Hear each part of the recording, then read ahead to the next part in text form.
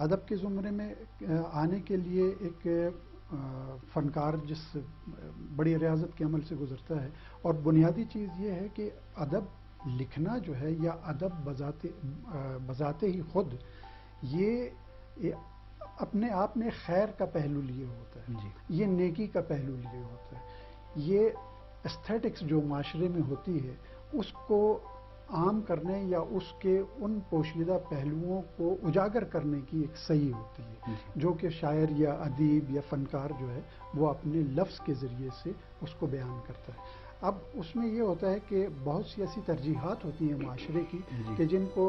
لوگ چاہتے ہیں کہ ان کو بیان کیا جائے، تو وہ فنکار یا شاعر یا ادیب جو ہوتا ہے وہ اپنے قلم کے ذریعے سے اس کو بھی کوشش کرتا ہے بیان کرنے کے لیے۔ اب دو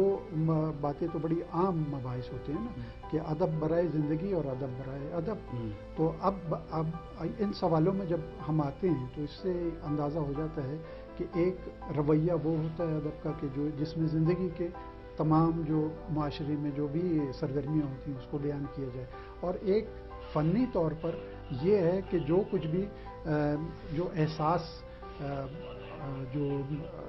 فنکار کا جو بن رہا ہوتا ہے وہ محض اس کا ایک ذاتی احساس بھی سامنے آئے۔ لیکن مزے کی بات یہ ہوتی ہے کہ فنکار کا جو ذاتی احساس ہوتا ہے وہ بھی معاشرے میں ایک خیر کا پہلو سامنے لے کر آتا ہے، یا ایک ایسے پہلو کو اجاگر کرتا ہے جس کی طرف معاشرے کی شاید نگاہ کم ہوتی ہے، تو وہ اس کو اور منور کر دیتا ہے۔ تو میں سمجھتا ہوں کہ ادب جو ہے وہ بنیادی طور پر معاشرے کی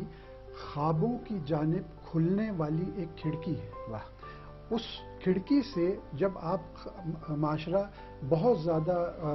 مسائل میں بحرانوں میں ہوتا ہے تو فنکار ادیب یا شاعر جو ہے وہ اس کو ایک تخلیقی طور پر ایک ایسی طرف لے کر آتا ہے جہاں پر اس کے خواب ہوتے ہیں، اور خوابوں کو آپ کو پتہ ہے کہ خواب ہمیشہ انسان جو ہے وہ نیکی اور خیر کے دیکھتا ہے، وہ اچھے خواب دیکھتا ہے، وہ آسانیوں کے خواب دیکھتا ہے، سکون کے خواب دیکھتا ہے، جمالیات کے خواب دیکھتا ہے، اسٹیٹکس کے خواب دیکھا کرتا ہے۔ تو نون میم راشد کی نظم بھی ہے کہ خواب لے لو خواب